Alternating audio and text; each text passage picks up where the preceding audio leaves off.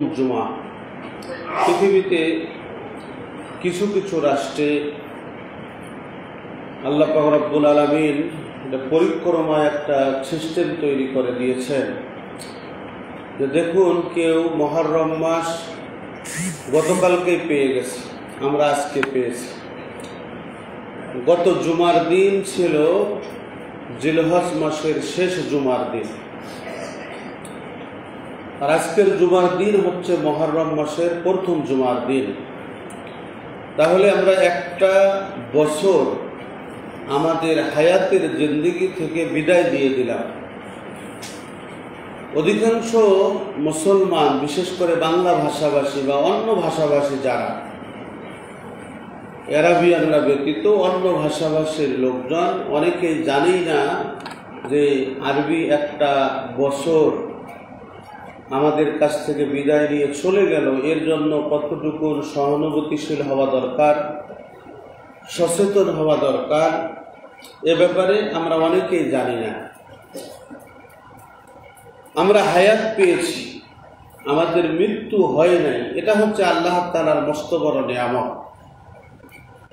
দেখুন, আপনি যদি হিসেব করেন যে গত মুহররম থেকে শুরু করে আজকের এই দিনে মুহররম পর্যন্ত আমাদের এলাকায় অনেক মানুষকে আমরা বিদায় দিয়েছি। এই তো কিছুদিন আগেই আমাদের কাছ থেকে বিদায় নিলেন ঈসা আলী খা। আমাদের মসজিদে তার অনেক অবদান আছে। তারপরে দেখা গেছে আরো অনেক মুরব্বী মানুষ চলে গেছেন, অনেকে বৃদ্ধা চলে গেছেন, অনেক যুবকও চলে গেছে। তাদের মধ্য থেকে আল্লাহ তাআলা আমাদেরকে বেছে রেখেছেন। আমাদেরকে মনে করতে হবে যে হয়তোবা আল্লাহ তাআলা তার দাসত্ব করার জন্য বা তার গোলামি করার জন্য বা আমার দ্বারা ইসলামের খেদমত করে নেয়ার জন্যই আল্লাহ তাআলা আমাকে বেছে রেখেছে। সুবহানাল্লাহ বললেন না? আমরা বেঁচে আছি, এটা আল্লাহ তাআলার নিয়ামত। আমাদের মতো অসংখ্য মানুষ রোড অ্যাক্সিডেন্ট করেছে, মৃত্যুর খাটে শুয়ে আছে। হয়তোবা জুমার নামাজের পরে তার দাফন কাফনের ব্যবস্থা হবে, তার কিন্তু জুমার নামাজ পড়ার সুযোগ আল্লাহ তাআলা দেননি।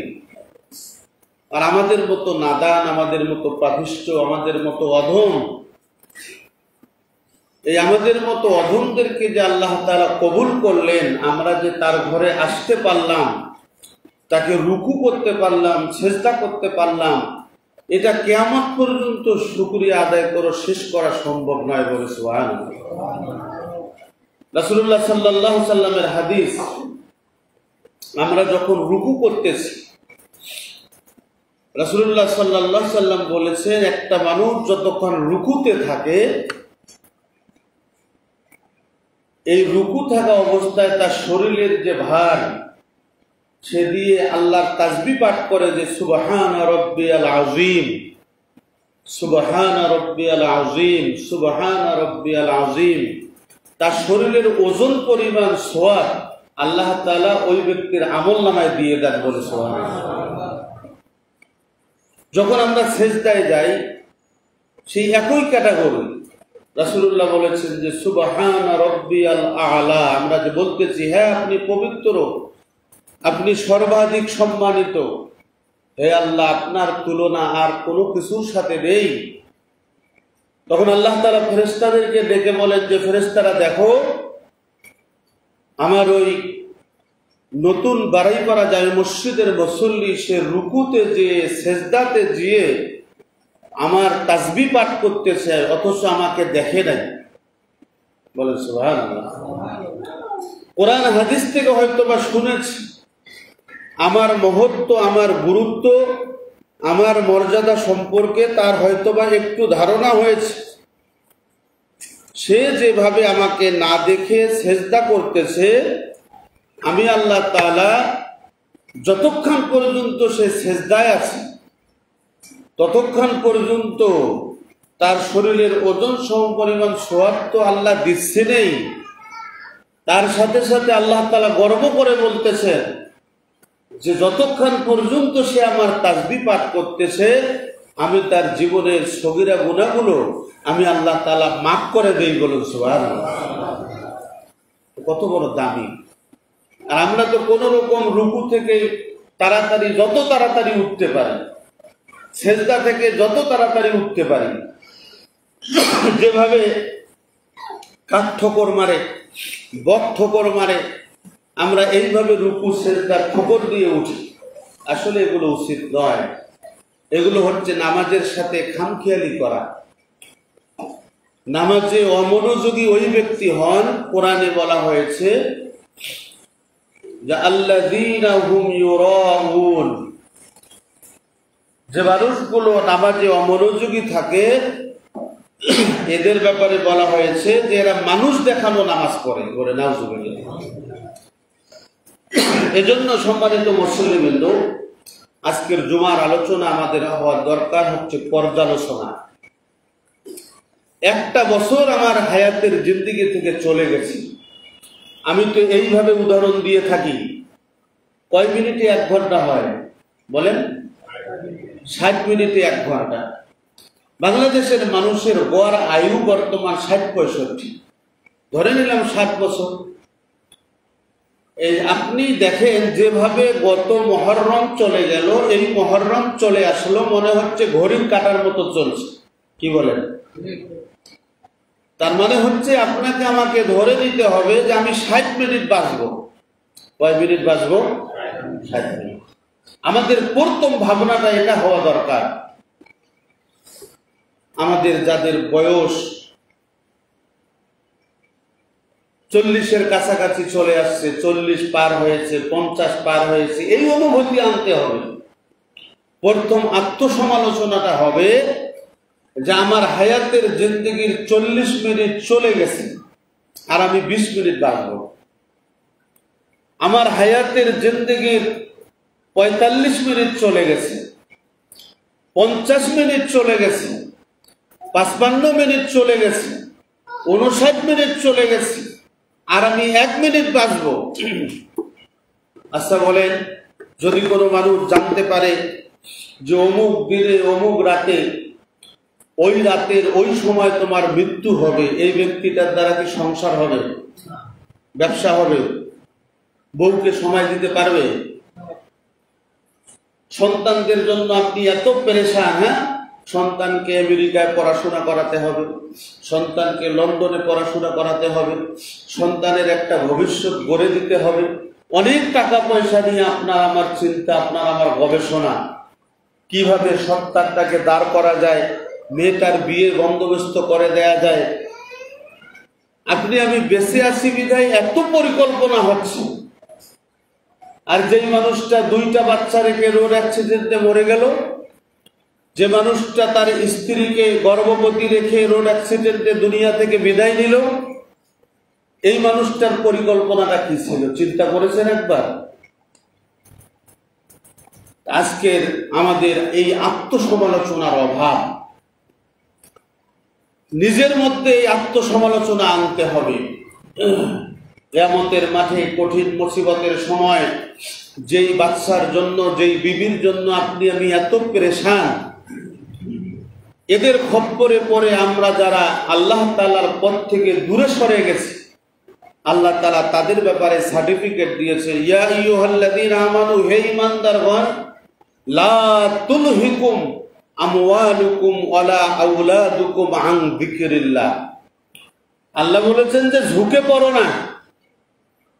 যেই বিবি বাচ্চার দিকে তুমি ঝুঁকে পড়েছো, লা তুলহিকুম আমওয়ালুকুম ওয়ালা আওলাদুকুম, এগুলোর প্রতি ঝুঁকে পড়ো না। তোমার আওলাদ, তোমার সম্পদ, আন যিকরিল্লাহ, আল্লাহর থেকে দূরে সরে দিবে তোমাকে।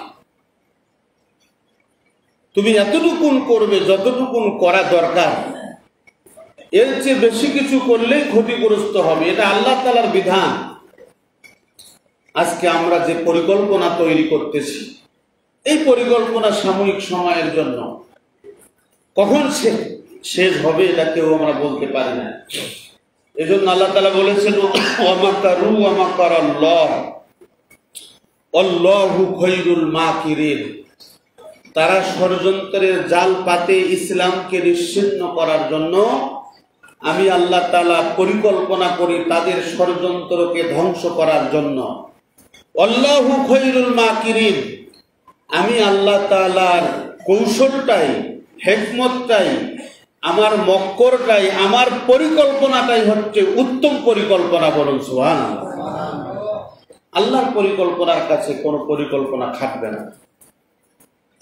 আজকে দেখুন ইরানকে নিয়ে গোটা বিশ্বের মাথা ব্যথা, যে ইরান পারমাণবিক অস্ত্র তৈরি করছে, পারমাণবিক বোমা তৈরি করছে, ইরান বিশ্বের মোড়ল হতে চায়। এটা নিয়ে সাদা চামড়াওয়ালারা এক প্ল্যাটফর্ম। কি বলেন আপনারা?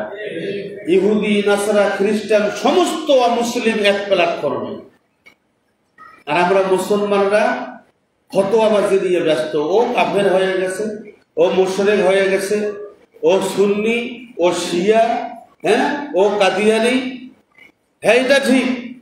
যারা কোরআনের বিরুদ্ধে যাবে, ইসলামের বিরুদ্ধে যাবে, কোরআনের আয়াতের বিরুদ্ধে যাবে, সে অটোমেটিক কাফের হবে। এটা আপনি ফতোয়া দিলেও হবে, না দিলেও হবে।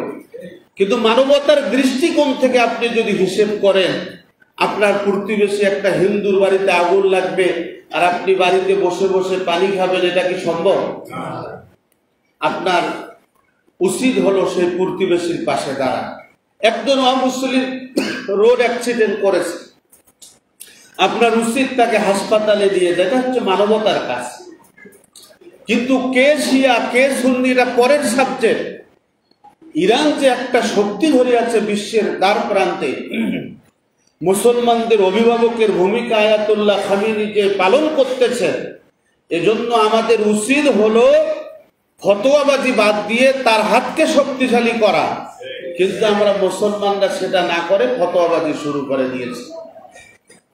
যে সময় তারা পারমাণবিক অস্ত্র নিয়ে ব্যস্ত, পারমাণবিক অস্ত্র নিয়ে গবেষণা করে, আমরা ওই সময় ফতোয়াবাজি করি। আমরা ওই সময় একজন ভাই আর একজন ভাইকে দমিয়ে দেওয়ার ব্যাপারে অহংকার করছি, তাকাব্বুরি করছি, হিংসা করছি, বিদ্বেষ করছি। আর আমাদের দেশের কমর গালি হলো ও মৌলবাদ, ও জঙ্গি। আর আমরা স্বাধীনতা চেতনার শক্তি, আমরা ৭১-এর চেতনা শক্তি। এই হলো আমাদের দ্বন্দ্ব। কি বলেন? ওদের দ্বন্দ্ব হলো পারমাণবিক অস্ত্র নিয়ে, আর আমাদের দ্বন্দ্ব হইল চেতনা নিয়ে। এই বাঙালি জাতির উন্নতি হবে কবে? চিন্তা করুন। আমাদের গবেষণা হওয়ার দরকার ছিল যে বিশ্বের মোড়লরা যেভাবে আজকে শাসন করতেছে, বিশ্বকে দখল করার চেষ্টা করতেছে, রাম বাম সাদা চামড়াওয়ালারা যদি এক প্ল্যাটফর্মে যেতে পারে, আমাদের দেশের মুসলমান আমরা এক প্ল্যাটফর্মে থাকতে পারি না। আমরা কেউ ভারতের বন্ধু, আবার কেউ গালি দেয় অমুকে পাকিস্তানের বন্ধু, অমুকে লন্ডনবাসী, অমুকে আমেরিকানবাসী। এই দ্বন্দ্ব করতে আমাদের জন্ম শেষ। এজন্য আমাদের উচিত হলো দেশের জন্য দোয়া করা, স্বাধীনতার সার্বভৌমত্বকে রক্ষা করা, পাশাপাশি মুসলিম বিশ্বের ঐক্যবদ্ধ হওয়ার ব্যাপারে আমাদের দোয়া করার পাশাপাশি যার যেখান থেকে, যে অবস্থান থেকে যতটুকু সহযোগিতা করা দরকার এই ইন্টারনেটের যুগে, ফেসবুকের যুগে, সেখান থেকেই আমাদের অবস্থানটা পরিষ্কার হওয়ার দরকার। দ্বিতীয় নম্বর ধাপ হলো যে নতুন সাল আমাদের কাছে চলে আসছে। মুহররম মাসের আজকের প্রথম জুমার দিন। আমাদের পরিকল্পনা হওয়া দরকার যে আমি এই মুহররম থেকে শুরু করে আবার আগামী জিলহজ, আগামী মুহররম পর্যন্ত যদি বেঁচে থাকি, আমি কি কি করব। আপনি যেমন করে আপনার পরিবারের একটা পরিকল্পনা তৈরি করছেন যে আপনি এই জমিটা ক্রয় করবেন, এই জমিটাতে এটা বিল্ডিং তুলবেন, এখানে একটা ব্যবসা প্রতিষ্ঠান করবেন, সন্তানদেরকে এই ভার্সিটি থেকে আর এক ভার্সিটিতে পড়াশোনা করাবেন, সন্তানকে ভালো চাকরি দেওয়ার জন্য পরামর্শ দিয়ে একটা প্ল্যান পরিকল্পনা মাথায় দিচ্ছেন। ঠিক তেমনি করে একটা বছর আপনার সন্তানের মধ্য থেকে, আপনার পরিবারের মধ্য থেকে কার কার নামাজ ফরজ হয়েছে, কে নামাজ পড়ে আর কে নামাজ পড়ে না, এটার মধ্যে আপনার পরিকল্পনায় থাকা উচিত যে একজন মুসলিমের পরিবারে কোনো মুসলিম নামাজ ব্যতীত থাকতে পারবে না। অভিভাবকদের দৃষ্টি আকর্ষণ করছি, আপনার পরিবারে যদি একজন বেনামাজি থাকে, আপনাকে জাহান্নামে নেয়ার জন্য ওই পরিবারের সদস্যই যথেষ্ট। হুজুরকে আর ফতোয়াবাজি করা লাগবে না, ঠিক না বেঠিক? এজন্য আপনার পরিকল্পনা হবে, আমার পরিবারে, আমি মুসলিম, আমার পরিবারে কেউ বেনামাজি থাকবে না। কালিমার পরের স্থানটাই হচ্ছে নামাজ। যেই পরিবারের সদস্য ধরে নিলাম 5 জন, এই পরিবারের সদস্য 5 জনেই যদি নামাজি হয়, ওই পরিবারটার মধ্যে দেখবেন আলাদা একটা শান্তি আছে, আলাদা একটা প্রশান্তি আছে। আমরা আল্লাহ তাআলার কাছে দোয়া করি, আল্লাহ রব্বানা হাব লানা মিন আজওয়াজিনা, হে আল্লাহ আমাকে দান করো এরকম স্ত্রী, ওয়া যুররিয়াতিনা, আমাকে দান করো এরকম সন্তান, কুররাতা আয়ুন, তারা যেন আমার চক্ষু শীতলকারী হয়। বলেন সুবহানাল্লাহ। ওয়াজআলনা, তুমি আমাকে দান করো লিল মুত্তাকিনা ইমামা, আমার পরিবারে যারা আল্লাহকে ভয় করে, আল্লাহ ভীতি যাদের অন্তরে আছে, তুমি তাদের অভিভাবক আমাকে বানাও। বলেন সুবহানাল্লাহ। যারা পিতা আছেন, আমি তাদের দৃষ্টি আকর্ষণ করেছি, সন্তানকে শাসন করার পাশাপাশি এই দোয়াটা বেশি বেশি করে করবেন। রব্বানা হাব লানা মিন আজওয়াজিনা ওয়া যুররিয়াতিনা কুররাতা আয়ুনি ওয়াজআলনা লিল মুত্তাকিনা ইমামা। আপনি শাসনের পাশাপাশি 5 ওয়াক্ত নামাজে এই দোয়াটা করুন, দেখবেন যে পরিবারের মধ্যে যারা সদস্য আছে এরা আপনার অনুকূলে চলে আসবে। বলি সুবহানাল্লাহ। এখানে চক্ষু শীতলের কথা বলা হয়েছে। চক্ষু শীতলকারী কারা? আপনার সন্তানকে দেখে আপনার প্রতিবেশী বলে যে ভাই আব্দুল্লাহ, আপনার সন্তানটা ভদ্র, সে মানুষ মুরব্বীদেরকে দেখলেই সালাম দেয়, আজান হলে মসজিদে চলে আসে, আমরা আজ পর্যন্ত তার কোনো খারাপ আচরণ দেখি নাই। এটা হচ্ছে আপনার সন্তানের জন্য দোয়া। বলে সুবহানাল্লাহ। আর যদি আপনাকে বলে যে আপনার সন্তানটা তো দুষ্ট, আপনার সন্তানটা যারা নেশা খায় তাদের সঙ্গে ঘোরে, আপনার সন্তানটা যারা তাস খেলে, জুয়া খেলে তাদের সঙ্গে ঘুরঘুর করে, আপনি সন্তানটাকে শাসন করছেন না কেন? এটা হচ্ছে আপনার সন্তানের জন্য বদদোয়া। কথা কি বুঝাইতে পেরেছি? এজন্য স্পষ্ট কথা হলো, সন্তানকে শাসনের পাশাপাশি নামাজ পড়ে সন্তানের জন্য, পরিবারের জন্য দোয়া করা। আপনার পরিবারে হবে, নামাজের পরেই আমার পরিবারের সদস্য কে কে কোরআন পড়তে পারে না, একজন অভিভাবকের দায়িত্ব হলো সন্তানকে কোরআন শিক্ষা দেওয়া। সেটা প্রাইভেটে রেখে হোক আর মাদ্রাসায় দিয়ে হোক। আপনি আপনার সন্তানকে ইংলিশ মিডিয়ামে পড়ান। সেদিন একজন অভিভাবক গর্ব করে বলতেছে যে আমার ছেলের পিছনে প্রায় 30,000 টাকা ব্যয় হয় হুজুর। আমি বললাম কেমনে কি? তা বলছে যে ইংলিশ মিডিয়ামে পড়ে, তার প্রাইভেট খরচে প্রায় 20,000 টাকা যায়। আমি প্রশ্ন করলাম যে আপনার সন্তান কোরআন পড়তে পারেন? উনি বললেন যে না। আমি বললাম যে আপনি ক্ষতিগ্রস্ত। বলেন ঠিক না?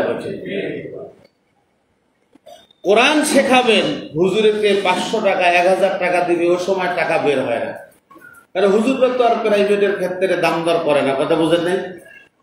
অথচ ইংলিশ ভাষা শিখবে, আরবি ভাষা শিখবে, চাইনা ভাষা শিখবে, কোরিয়ান ভাষা শিখবে। এখন তো আবার কোরিয়ান ভাষাভাষী আমাদের দেশে অনেক, কি বলেন? সেই ভাষা শেখার ক্ষেত্রে আমরা হাজার হাজার টাকা ব্যয় করছি। কোরআন শেখার ক্ষেত্রে আমাদের দুর্বলতা।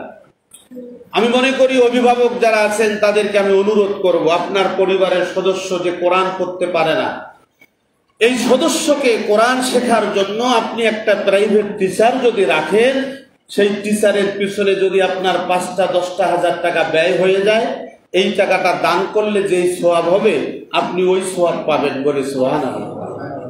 এই সন্তানটা আপনি কবরে চলে যাবেন, যতদিন বেঁচে থাকবে, যতদিন কোরআন পড়বে, আপনার জন্য দোয়া করবে, আপনি কবরে শুয়ে শুয়ে সওয়াবের অংশীদার হবেন। বলে সুবহানাল্লাহ। তাহলে আমাদের প্রাথমিক পরিকল্পনা হলো পরিবারের মধ্যে সবাই নামাজি হবে। যে পরিবারের সদস্য সমস্ত সদস্যকে নামাজি বানাতে পারবে না, চেষ্টা করবেন, শাসন করবেন, শাসনের আওতায় নিয়ে আসবেন। তারপর যখন ফেল করবেন তখন মনে করবেন যে আমি হয়তোবা নূহ আলাইহিস সালাতু ওয়াস সালামের জাতির মতো হয়ে গেলাম। যে নূহ আলাইহিস সালাতু ওয়াস সালাম আল্লাহ তাআলার নবী, উনি দাওয়াত দিয়েছেন, ওনার ঘরের সন্তান দাওয়াত গ্রহণ করেন নাই, ওনার স্ত্রী দাওয়াত গ্রহণ করেন নাই, লূত আলাইহিস সালাতু ওয়াস সালামের স্ত্রী তার দাওয়াত গ্রহণ করেন নাই। এটা হতে পারে, কিন্তু সবার ক্ষেত্রে তো আর হবে না, শতকরা 2-1 জনের হতে পারে। আপনি জন্য শাসনের আওতায় নিয়ে আসবেন। 1 নম্বর হলো যারা সাবালক সাবালিকা ছেলে মেয়ে আছে সবাইকে নামাজি বানাতে হবে। 2 নম্বর হলো সাবালক সাবালিকা সবাইকে কোরআন শেখাতে হবে। 3 নম্বর হলো প্রাথমিক মাসলা মাসাইল। আপনার সন্তান ওযুর ফরজ, গোসলের ফরজ, এরপরে হালাল হারাম, পর্দা কার কার সাথে করা ফরজ, পর্দাটা করতে গেলে কি সওয়াব হবে। এখন ইসলামিক লাইব্রেরিগুলোতে অনলাইনের যুগে অনেক বই পাওয়া যায়। আপনি পর্দা ও ইসলাম এই বইটা পরিবারের জন্য রাখতে পারেন। মুমিনের পারিবারিক জীবন এই বইটা আপনার পরিবারে রাখতে পারেন। আসান ফিকহ, এগুলো হচ্ছে ফিকহের কিতাব। মাসলা মাসাইল আপনার পরিবারের সদস্য পড়বে, জানবে। আপনি একটা সময় করেন, প্রতিদিন সময় লাগবে না, 1 সপ্তাহ যদি আপনি সময় না পান, আপনার পরিবারে 15 দিন পর হলেও আপনি পারিবারিক একটা বৈঠক করেন। আপনার এটা পরিকল্পনায় রাখা উচিত যে আমার পরিবারে আসান ফিকহ মাসলা মাসাইলের কিতাব থাকবে, আমার পরিবারে মুমিনের পারিবারিক জীবন কিতাব থাকবে, আমার পরিবারে পর্দা ও ইসলাম কিতাব থাকবে। আপনি সবাইকে নিয়ে বসে আজকে 2 পৃষ্ঠা পড়েন না, কালকে 4 পৃষ্ঠা পড়েন, পরশুদিন 5 পৃষ্ঠা পড়েন। এভাবে আমাদের একটা প্ল্যান করা দরকার যে আমার পরিবারের লোকজন তখন পর্দা শিখবে, যখন সাবালক সাবালিকা হয়ে যায় কিছু মাসলা মাসাইলের ব্যাপার আছে, এগুলো আসান ফিকহের মধ্যে পাওয়া যাবে। এই ফিকহের কিতাবগুলি আমরা পরিবারে রাখি, কিন্তু আমার পরিবারে ডিসলাইন নাই, এটা নিয়ে আমার যতটা টেনশন আছে। আমার পরিবারে আকাশ নাই, কি বলেন, আমার পরিবারে ওয়াইফাই নাই, এটা নিয়ে যত গবেষণা আমি করছি। আমার পরিবারের সদস্যদের সাবালক সাবালিকা হওয়ার পর একটা পর্দার বিধান রাখা দরকার, এ ব্যাপারে কি আমি ন্যূনতম চিন্তা করেছি? না, এজন্য এটা হওয়া দরকার। তাই আসুন আজকের এই পর্যালোচনা আলোচনায় আমি আপনাদের কাছ থেকে এতটুকু কথা বলে শেষ করতে চাই। আমাদের পরিকল্পনা হবে 1 নম্বর সবাই নামাজি হবে, 2 নম্বর হলো মুসলিম পরিবারে সবাই কোরআন শিখবে, 3 নম্বর হলো আমার পরিবারে মাসলা মাসাইল এবং ইসলামকে জানার প্রাথমিক পুঁজি বইগুলো থাকবে।